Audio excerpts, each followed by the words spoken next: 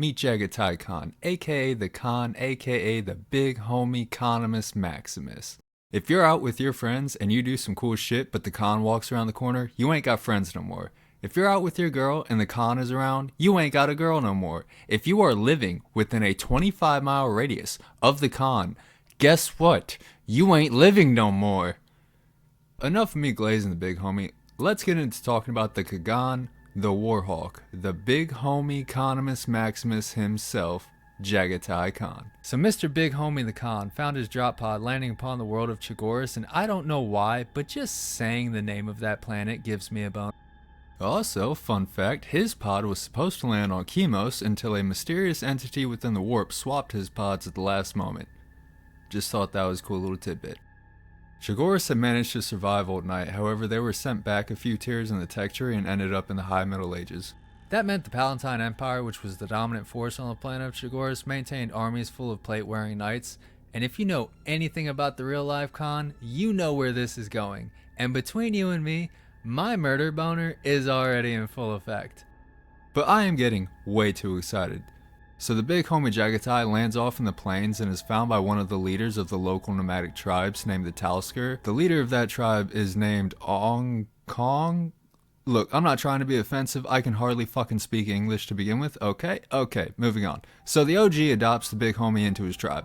Unlike some of the other Primarchs that we've already discussed, the Khan's adoptive father and the big homie himself had a really good relationship with one another.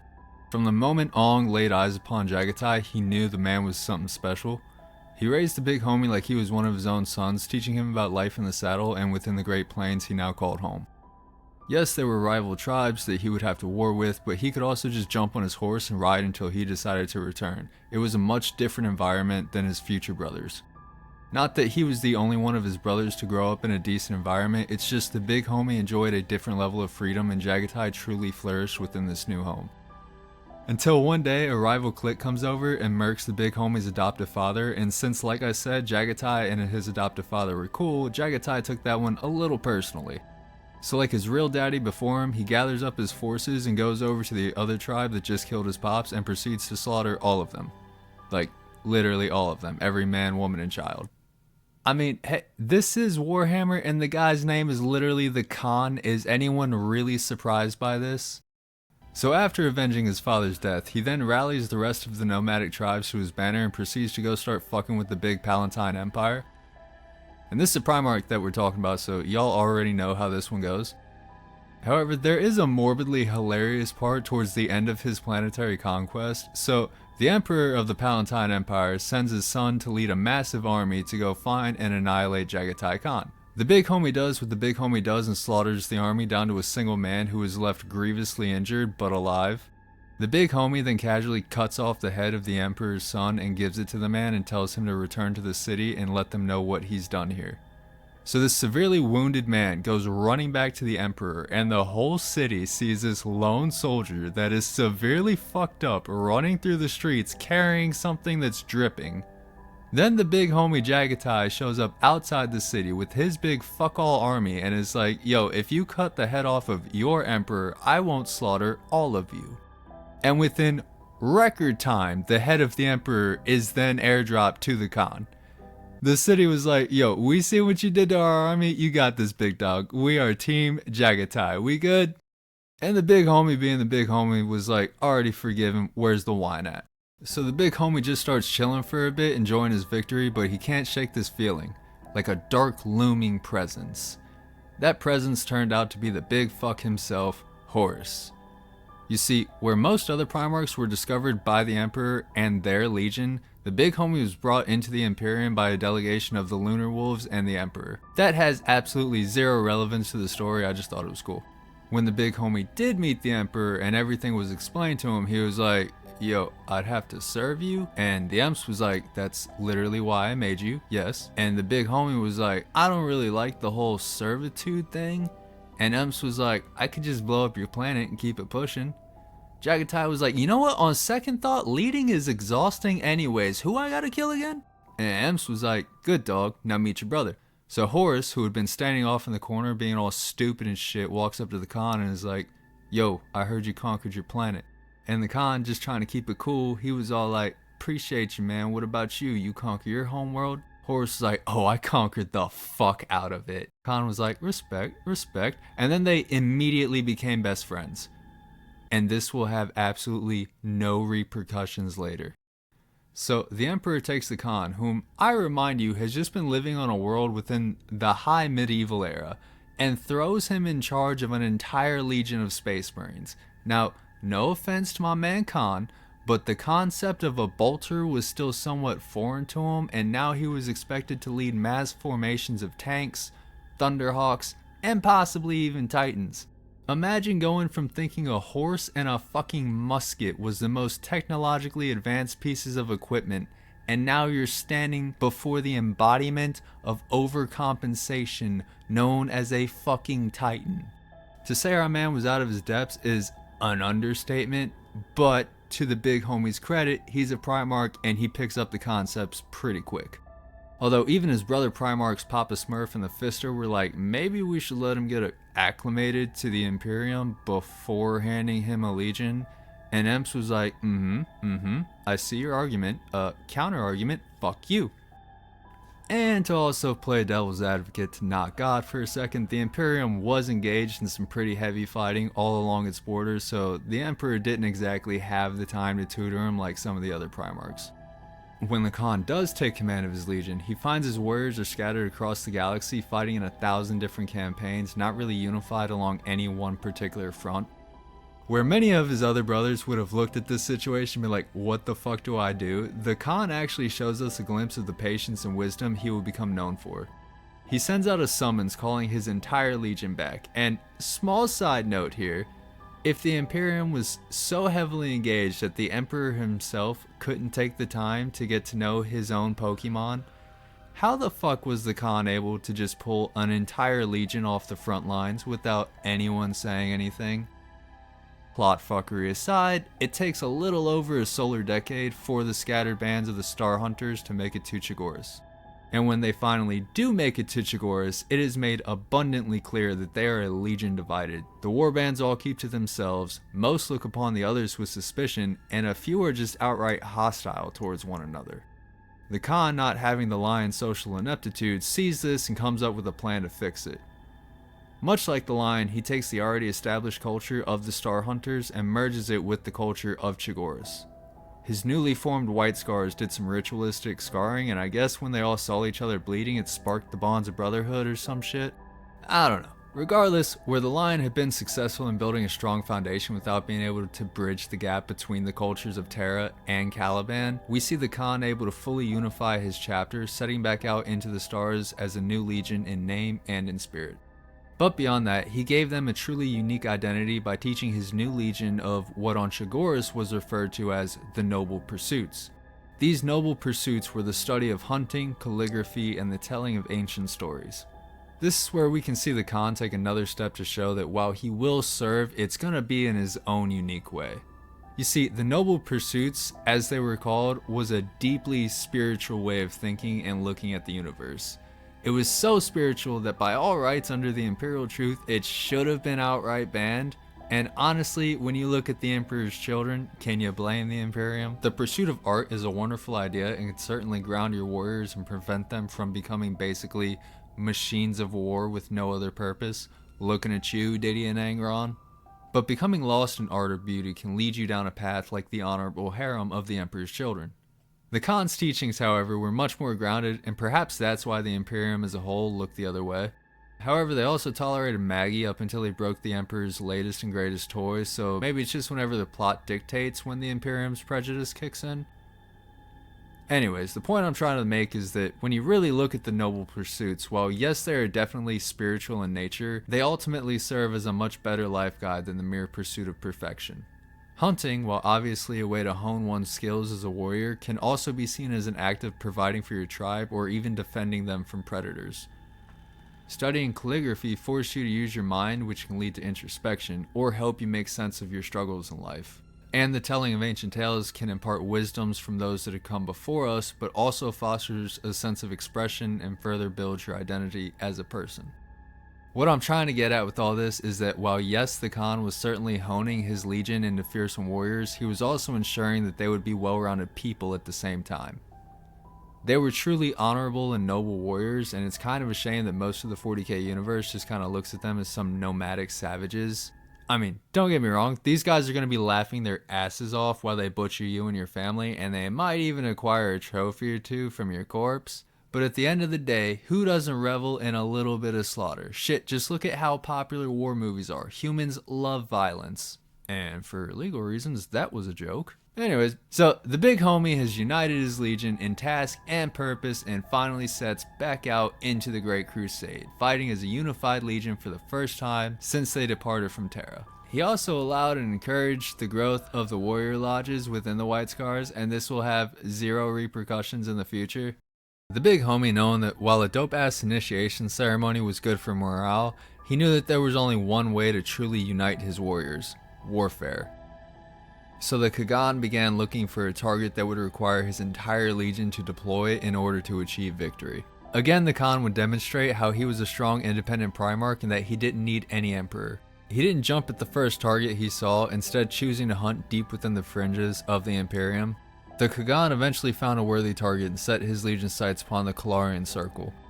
The Khan's hit-and-run tactics would eventually purge the orc hordes infesting the system, however we all know how the orcs can be. God, I love those green bastards. They are such simple and majestic creatures. Oh yeah, back to the sadness. The campaign lasted a little over 5 standard Terran years, and unfortunately 10,000 noble sons of the White Scars would perish in the brutal endeavor. And while this was certainly a turbulent time for the Legion, we see the Khan act completely differently than the absolutely socially inept Mr. Lion. You see, the Khan acted as a bat symbol for his legion. He put actual effort into rallying them to his banner, and I want to emphasize that it was to the Khan that his legion was loyal to. Much like Horus, the Khan had the absolute love and admiration of his legion to the point they weren't fighting for distant Terra and its beliefs, they were fighting for Chigoris, for the White Scar to the left and to the right of them, and most importantly, for the Khan. Because while he had pledged his allegiance to the Emperor, the big homie's heart and spirit would always remain free. Not to mention the Khan basically hated the Imperium, but that's besides the point. So the big homie is out here doing the typical Crusade shit, and everything is just going splendidly for the White Scars. They are out in the deepest parts of Imperial space, away from everybody else, having the absolute time of their life. And this caused a lot of the Khan's brothers to look at him with a great deal of suspicion, to which the Khan, being the biggest of Chads, just didn't give a single molecular fuck. His sons were at his side, they were killing shit, everybody was happy in the Khan's eyes. Now, this isn't to say that the Khan had no friends amongst his brothers. Like I already said earlier, Jaghatai and Horus were pretty close. However, Jaghatai had one brother he considered to be a true friend of his, Magnus the Red.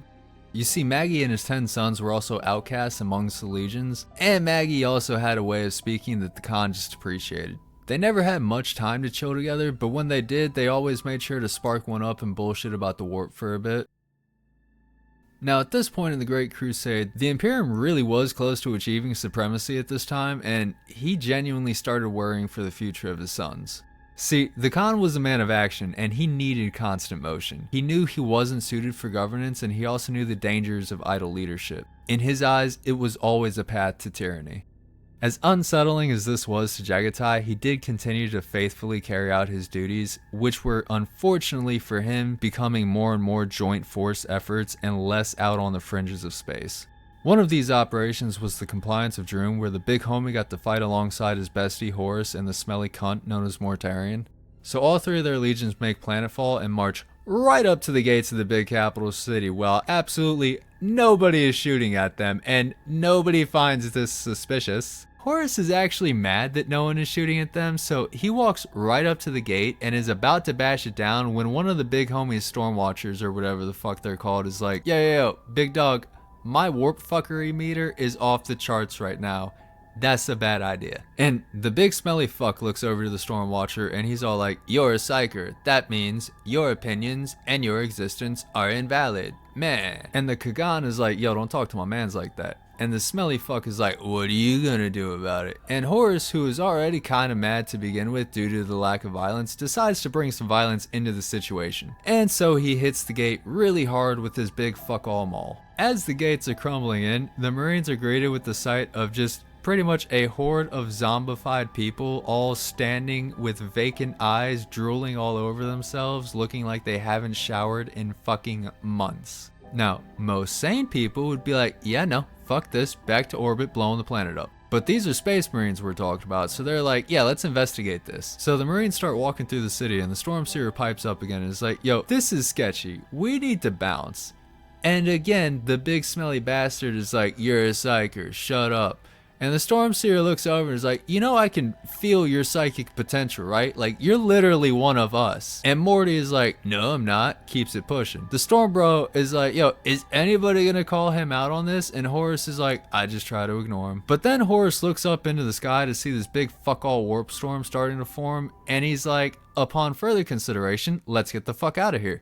And then, at that very moment, every last one of the drooling vacant zombies just starts fucking screaming, and full stop, I would just die of fear on the spot. Judge me if you want to, but that sounds terrifying. So the Marines eventually fight their way out of the city because zombies versus Astartes is never going to end well for zombies, and the War of Free Drune from what they labeled as a Xenos domination began. Now Horus saw that the Khan was much more suited to actually deal with this campaign, so he decided to relinquish command in a fucking rare show of humility. And the Smelly Lord's like, no, this is a bad idea, and Horus just looked over and was like, nah, shut up. And as if to just prove Horus right, within 6 months the big homie had successfully cleansed the planet, and to just kinda twist the knife in Mortarion's gut a little bit, he used a lot of assistance from his Stormseers. That's because, unlike Mortarion, the Khan actually respected the Librarius and the powers that they held.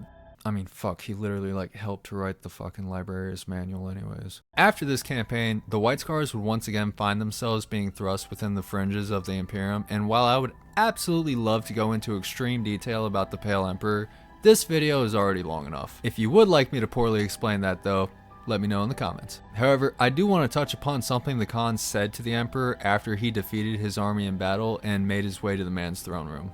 It's said by the old heads of Chigoris that Jaghatai Khan uttered these words after ascending the steps to stand before the Pale Emperor, his armor still covered in gore and his blade still dripping with blood. And I quote, "You have chosen the doom I cannot. You have chosen pride over servitude.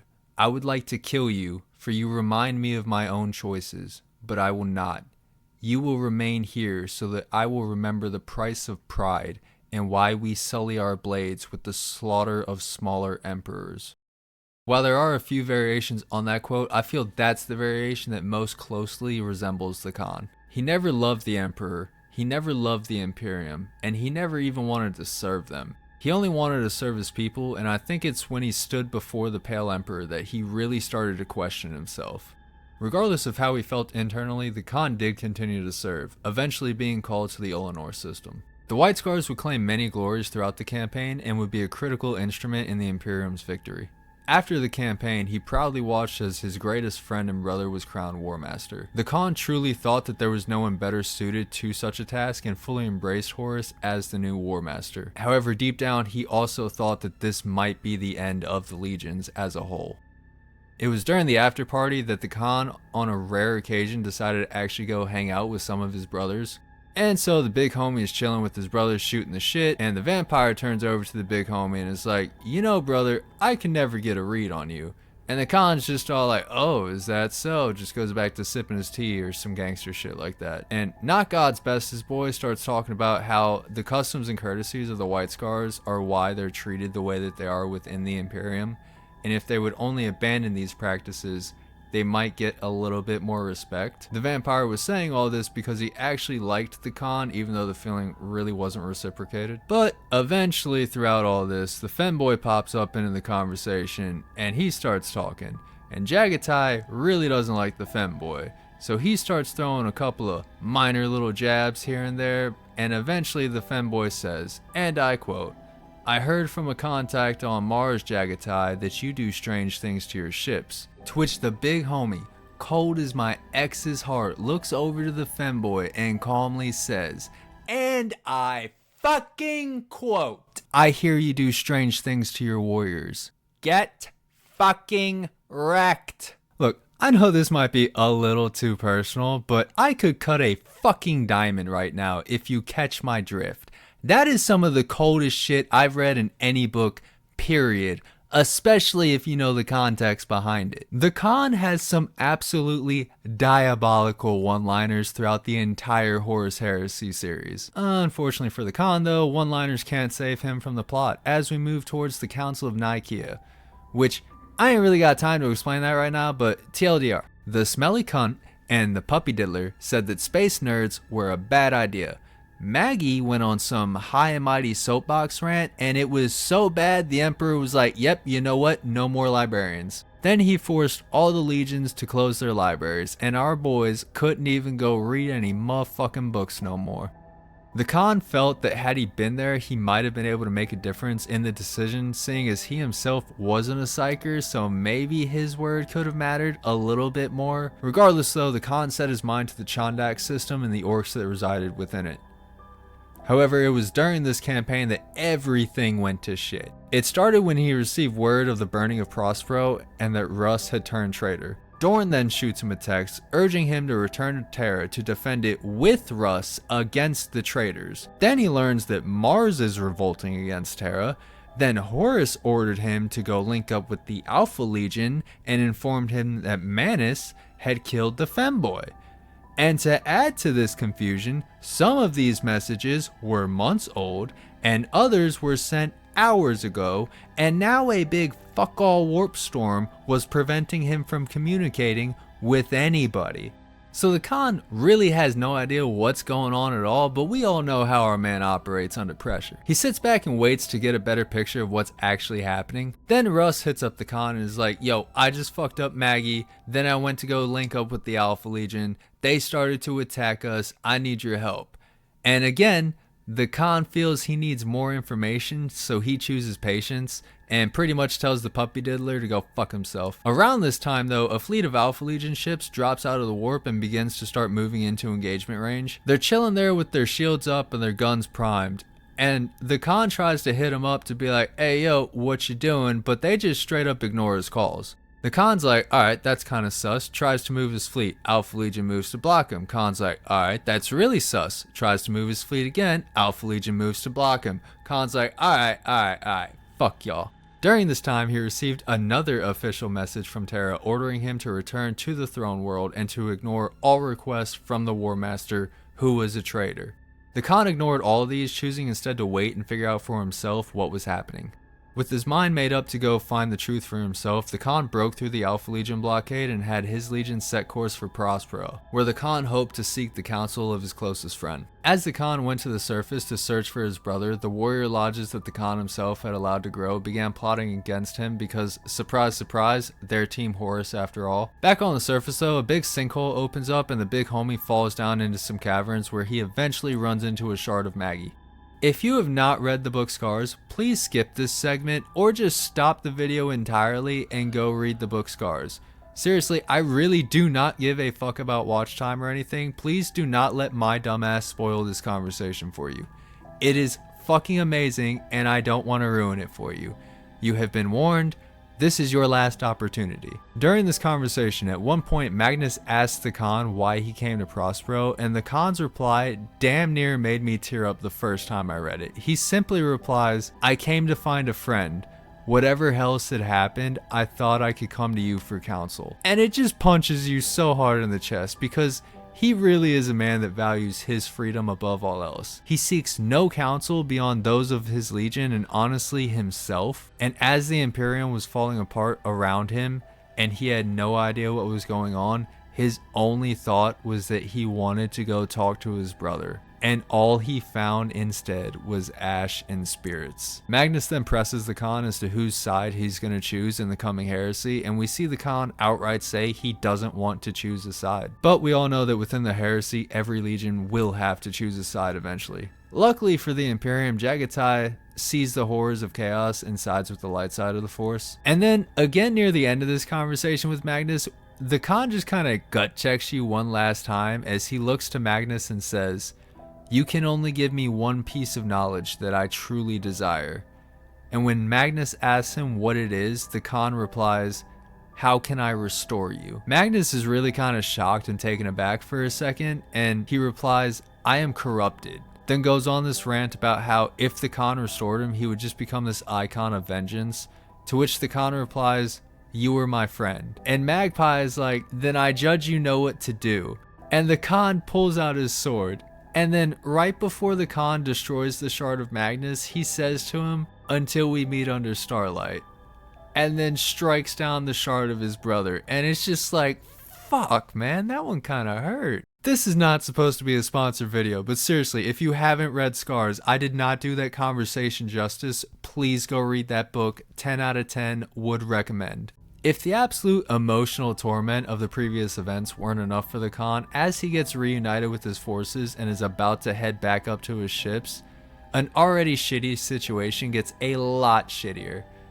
Because the sky starts farting and shits out the king of cunts himself, Mortarion. Mortarion starts trying to talk the Khan into betraying the Emperor, but our man has had a really shitty day, and learning that half his legion had just turned traitor really only pissed him off more. So Mortarion's like mid-speech, right? And the Khan is like, "Nah, fuck this." And they just start boxing. Now this had to have been very therapeutic for the Khan, because our man was laughing as he went. Eventually the Khan fucked up the cunt so bad he had to run with his tail between his legs, but it wasn't a complete victory because, like I had mentioned earlier, half his legion had turned traitor. So the Khan gets back up to his ships as his sons are still fighting, and it is utter chaos, and like an absolute fucking baller, the man just starts berating them like a disappointed father. He then casually walks over to the leader of this whole coup attempt and then stabs him in the chest and is like, "This shit's over, understood?" And all of the White Scars are like, yeah, you're right, my bad, OG. And then the traitors willingly went into custody. Now, the Khan was initially like, "That's cute, I'm still killing all of you." But his head Stormbro was like, yo, big dog, let's not kill him. The Khan was like, "I'ma need a really good reason." Stormbro was like, "Hear me out. Death squads." Khan was like, "The fuck do you mean by that?" Stormbro was like, "Look, Papa Khan, we're in a civil war against our own brother Astartes. We need every able body on the front line. And there are about to be a lot of missions where death is inevitable for all of those involved. Why not we give these traitors a pathway to redeem themselves?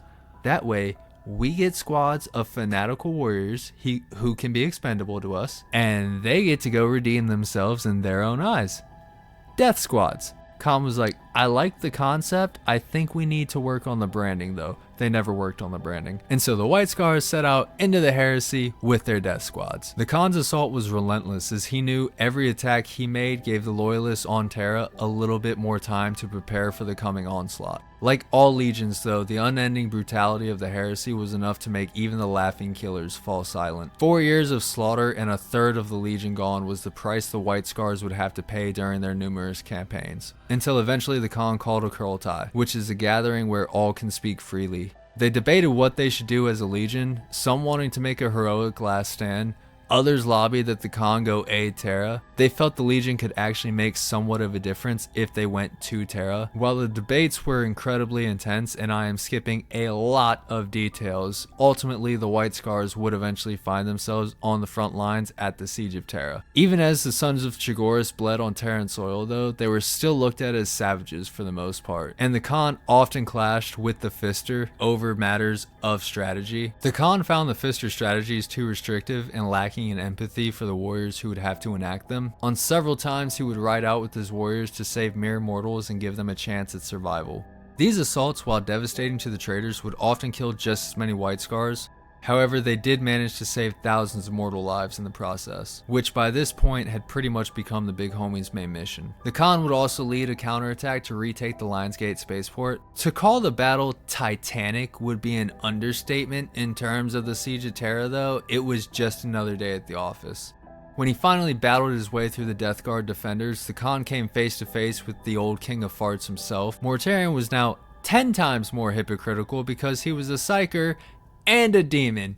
God, I hate this man. So the two get to boxing, and to call their duel titanic would also be an understatement.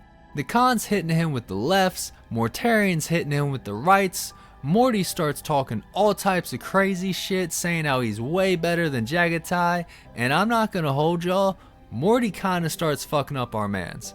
Then the Khan falls to one knee and his internal monologue starts kicking in, and he's like, "This isn't my ninja way." Then he gets up and he starts using talk no jutsu to stunlock Morty for a bit. The two start boxing again, but then the cunt lord stabs the Khan with his scythe, and the Khan, being a fucking baller, just grabs it, impales himself upon the scythe to get closer to Morty, and then rips Morty's motherfucking head off, banishing him back to the warp. Get wrecked, you fucking cunt. Now, while he definitely scored the KO on Morty, being impaled by a stinky demon scythe has some serious consequences. While the Khan was saved, he was definitely out for the rest of the siege. When he awoke, he discovered all that had transpired as he had slept. A lot of his bros, and the only people he ever truly cared about, were all dead.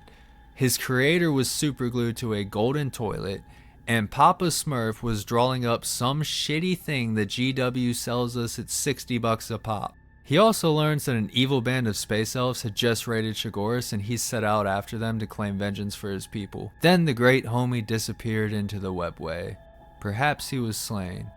Perhaps he still lives and fights in secret, waiting for the day GW needs a cash grab. Or maybe he went the Gulliman path and has found himself a hot elf mommy. You never know. His whereabouts, however, do remain a mystery to this day. And that was Jaghatai Khan, poorly explained.